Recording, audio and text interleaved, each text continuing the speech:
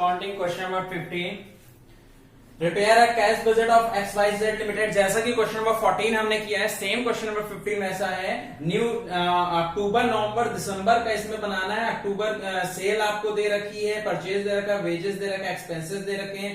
Cell आपको दे रखी जुलाई अगस्त सितंबर की एक्चुअल, लेकिन अक्टूबर नवंबर दिसंबर बजटेड दे रखी है। मतलब जुलाई अगस्त सितंबर में एक्चुअली में सेल हुआ है, आपको अक्टूबर नवंबर दिसंबर का बनाना है, जिसमें आपको बजटेड सेल दे रखी है, कितनी सेल होनी चाहिए। You are further informed that 10% of the purchase and 20% of the sale are for cash। भाई 10% कह रहे हैं परचेज का और 20% सेल का कैश में, मतलब 10% परचेज है तो मतलब 90% क्या होगा, क्रेडिट होगा। 20% अगर कैश है तो 80% क्या होगा, क्रेडिट सेल होगा। ओके, चलिए क्वेश्चन शुरू करते हैं। सेम वही प्रोसीजर, सेम वही क्वेश्चन, सब कुछ वैसे, बस थोड़ा सा अंतर है। क्या अंतर है, पहले हम सेल अकाउंट बनाना, पहले रफ में बता देते कितना कैश रिसीव हो रहा है, फिर वेजेस, फिर हम लोग क्वेश्चन पे आते हैं। सेल में कह रहा है कि जिस ईयर भी आप सेल करोगे, जिस मंथ भी, अगर सितंबर में सेल कर रहे हो, अक्टूबर में सेल कर रहे हो, नवंबर में सेल कर रहे हो, दिसंबर में सेल कर रहे हो, तो 20% कैश सेल है, 80% क्रेडिट सेल है। और जो क्रेडिट सेल होगी उसका अगर हाफ तो तुरंत मिलेगा। Average collection period of companies half month, आधा तो तुरंत मिलेगा, आधा अगले महीने मिलेगा। ओके, तो जब सितंबर में हमने सेल किया होगा तो सितंबर में 35,000 की सेल दे रखी है, 20% 7,000 लेस करके हमारी सितंबर की सेल कितनी होगी, 28,000। वैसे अक्टूबर की भी देख लेते हैं। अक्टूबर की 45,000 सेल क्वेश्चन के अंदर दे रखी है, 20% कैश सेल हटा देंगे अगर, तो 80% हमारी क्रेडिट सेल 36,000 बची। वैसे नवंबर में 42,000 कैश सेल दे रखी है, 20% हटा देंगे, हमारी क्रेडिट सेल बचेगी 33,600।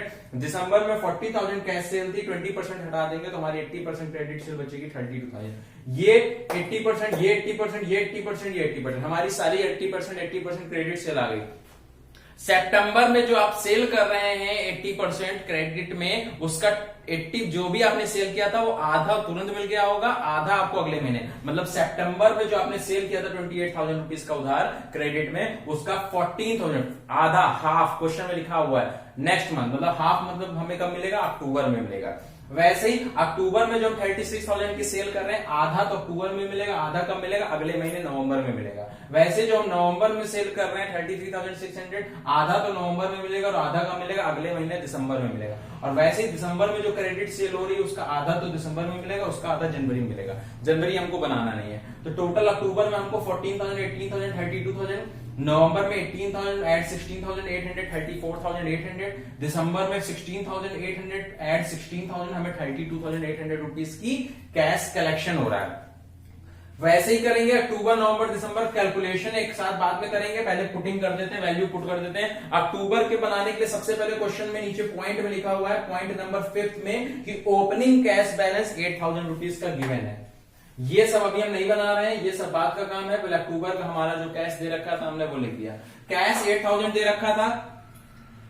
करंट में हम कितने रुपए की कैश सेल कर रहे हैं, तो करंट में सेल कर रहे हैं, अक्टूबर में हम सेल कर रहे हैं, क्वेश्चन में दिया हुआ है 45,000 की, तो 45,000 को 20% 9,000 रुपीज। वैसे ही हमने नवंबर में सेल कर रहे हैं 42,000 का 20% 8,400, और दिसंबर में हम सेल कर रहे हैं 40,000 का 20% 8,000। ये कैश सेल थी, ये करंट है। ये जो हम कैलकुलेट कर रहे हैं कैश सेल, ये क्या है, करंट मंथ पे है, क्योंकि 20% तो तुरंत मिल रहा है ना, करंट मंथ पे है। ओके, करंट सेल पे, ये भी करंट सेल पे, ये भी करंट सेल पे, ये भी अक्टूबर की सेल पे, नवंबर की सेल पे, दिसंबर की सेल पे। कलेक्शन फ्रॉम डेटर अभी हमने निकाला। अक्टूबर में हमें रिसीव हो रहा है 32,000, नवंबर में रिसीव हो रहा है 34,800 एंड दिसंबर में रिसीव हो रहा है 32,800। टोटल हमको कैश रिसिप्ट हो रही है 49,000। अभी इसका टोटल नहीं करते हैं, अभी खाली इसका कैलकुलेशन करेंगे, इसका आंसर आएगा तभी नवंबर वाला निकालेंगे। अक्टूबर में टोटल हमको रिसिप्ट हुई 49,000 की। अब हम बनाते हैं पेमेंट। हम पेमेंट कितना कर रहे हैं ये बना, रिसिप्ट हमने लिख दिया, ओपनिंग बैलेंस लिख दिया, कैश से लिख दिया, कलेक्शन फ्रॉम डेटर यहां से उठा करके लिख दिया। पेमेंट अब लिखना है। कह रहा था 10% तुरंत पेमेंट कर रहे हो, तो अक्टूबर में परचेज कर रहे हैं 25,000 की, 25,000 का 10% 2,500। वैसे ही नवंबर में परचेज कर रहे हैं 12,000 का 22,000 का 22,000 का 10% 2,200। नवंबर दिसंबर में सेल करें 18,000 का 10% 1,800। आपने सारी परचेजेस एक साथ लिख दी हैं। बारी आती है पेमेंट की। क्वेश्चन में क्या बोल रहा था, सेम वही पेमेंट क्या है, सितंबर का पेमेंट अक्टूबर में, अक्टूबर का पेमेंट नवंबर में, नवंबर का पेमेंट दिसंबर में। तो सितंबर में हमने परचेज किया था, क्वेश्चन में लिखा हुआ है 21,000 का, परचेज आपने 21,000 का किया था,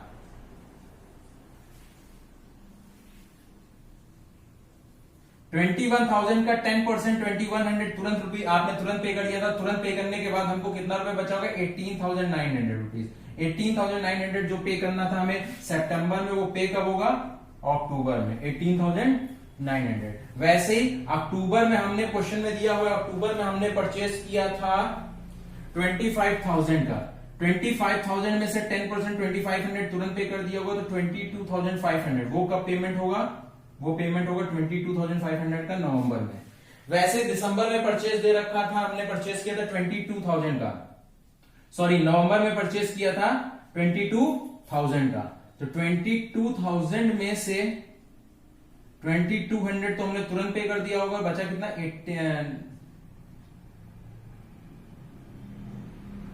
19,800।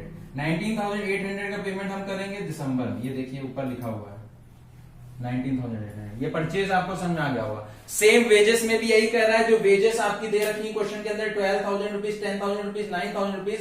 वेजेस में क्वेश्चन बोला paid half month and rent included है। तो रेंट इंक्लूडेड है तो रेंट को हटाया हमने। ये देखिए रेंट इंक्लूडेड था तो 12,000 रुपीज की अक्टूबर में पे, जो 11,000 रुपीज था पहले 11,000 के अकाउंट, ये रेंट उसमें अदर एक्सपेंसेस में इंक्लूडेड। ओके, वेजेस में बोला आधा इस महीने दो, आधा अगले महीने दो। वेजेस हमें क्वेश्चन के अंदर दे रखा है 11,000 रुपीज, तो 11,000 सितंबर का आधा इस महीने और अक्टूबर का आधा इस महीने, मतलब 50-50%। मतलब सितंबर वाले का आधा सितंबर में, आधा अक्टूबर का, आधा अक्टूबर में, आधा नवंबर में।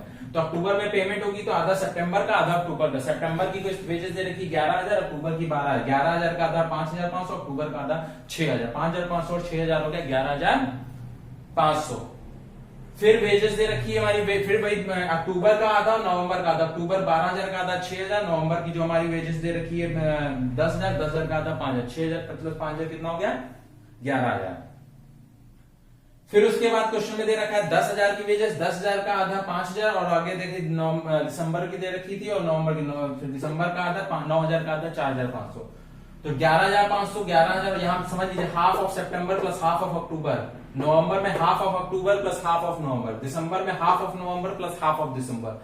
11,500, 11,000 एंड 9,500 ये हमारा आ गया। ये भी हमने लिख दिया। देखिए अदर एक्सपेंस, टोटल एक्सपेंसेस दे रखे हैं अक्टूबर में 4,000, नवंबर में 3,000, दिसंबर में 4,000। तो जो भी एक्सपेंसेस दे रहे हैं उसमें दे रखा है रेंट का 1,000 इंक्लूडेड है, तो रेंट का 1,000 1,000 1,000 लिख दीजिए। और जो भी आपका दे रखा है इसमें भी बोलना है कि पिछले महीने का, सितंबर का अक्टूबर में पेमेंट होगा, अक्टूबर का नवंबर में, नवंबर का दिसंबर में। पॉइंट नंबर पढ़ लीजिए, पॉइंट नंबर लिखा हुआ है 4th में, expenses are paid after 1 month. After 1 month मतलब सितंबर में 3,000 का था तो 3,000 का 1,000 अगर हटा दोगे तो अक्टूबर में पेमेंट होगा 2,000 का। 4,000 का था, 4,000 में 1,000 हटा दोगे 3,000। फिर 3,000 था, 3,000 में 1,000 हटा दोगे 2,000। तो रिसिप्ट इतनी थी, पेमेंट इतना था।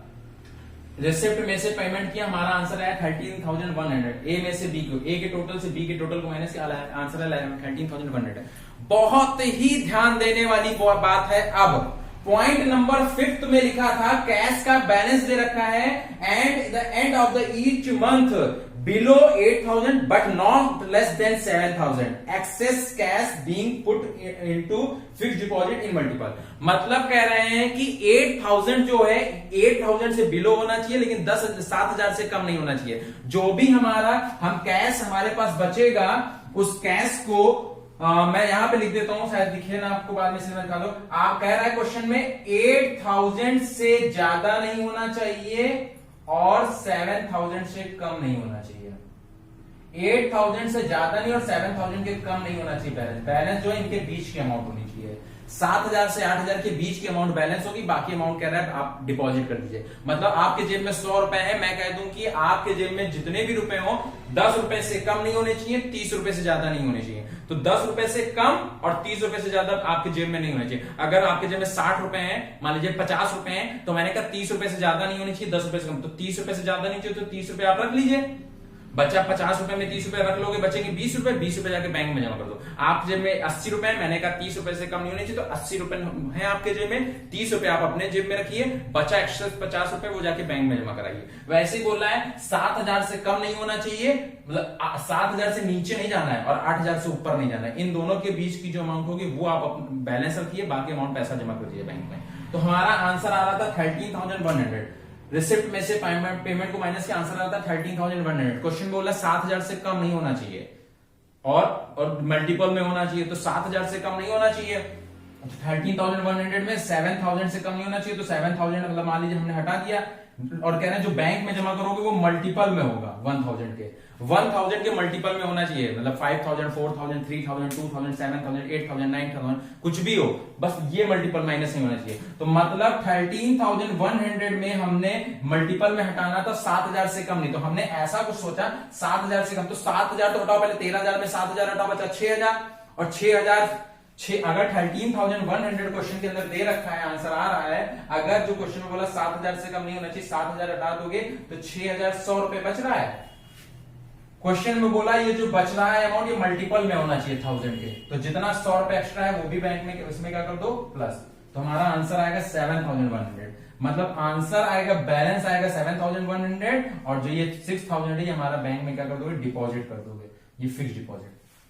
7,000 के मल्टीपल मतलब 7,000 से कम नहीं होना चाहिए, इसलिए 7,000 पहले हटा दो, 7,000 हटा दो, 13,100 में 7,000 हटा दिया, बचा 6,100, 100 रुपए एक्स्ट्रा है वो भी वापस जोड़ दो, तो ये बैलेंस हो गया 6,000 रुपए बैंक में जमा। ये 7,100 कहां का हो जाएगा, यहाँ का बैलेंस।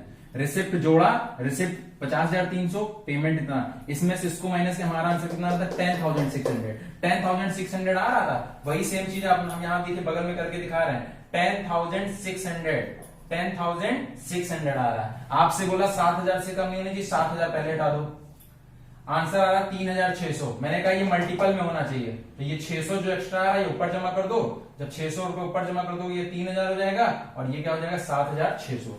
तो बैलेंस 7,600 हो गया, और जो एक्सेस था वो 3,000 रुपए का होगा डिपॉजिट। ये 7,600 उठ करके कहां आ गया, यहाँ। 7,000 से कम नहीं होना चाहिए, और जो डिपॉजिट करोगे बैंक में वो कह रहा मल्टीपल में होना चाहिए, तो पहले ही 7,000 हटा दिया करो, 10,600 में 7,000 हटा दिया, आंसर आ रहा 3,600। 600 एक्स्ट्रा है वो भी 600 ऊपर पहुंचा दो।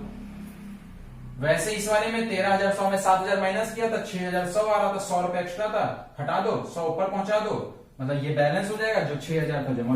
जो डिपॉजिट करोगे 1,000 के मल्टीपल में होना चाहिए।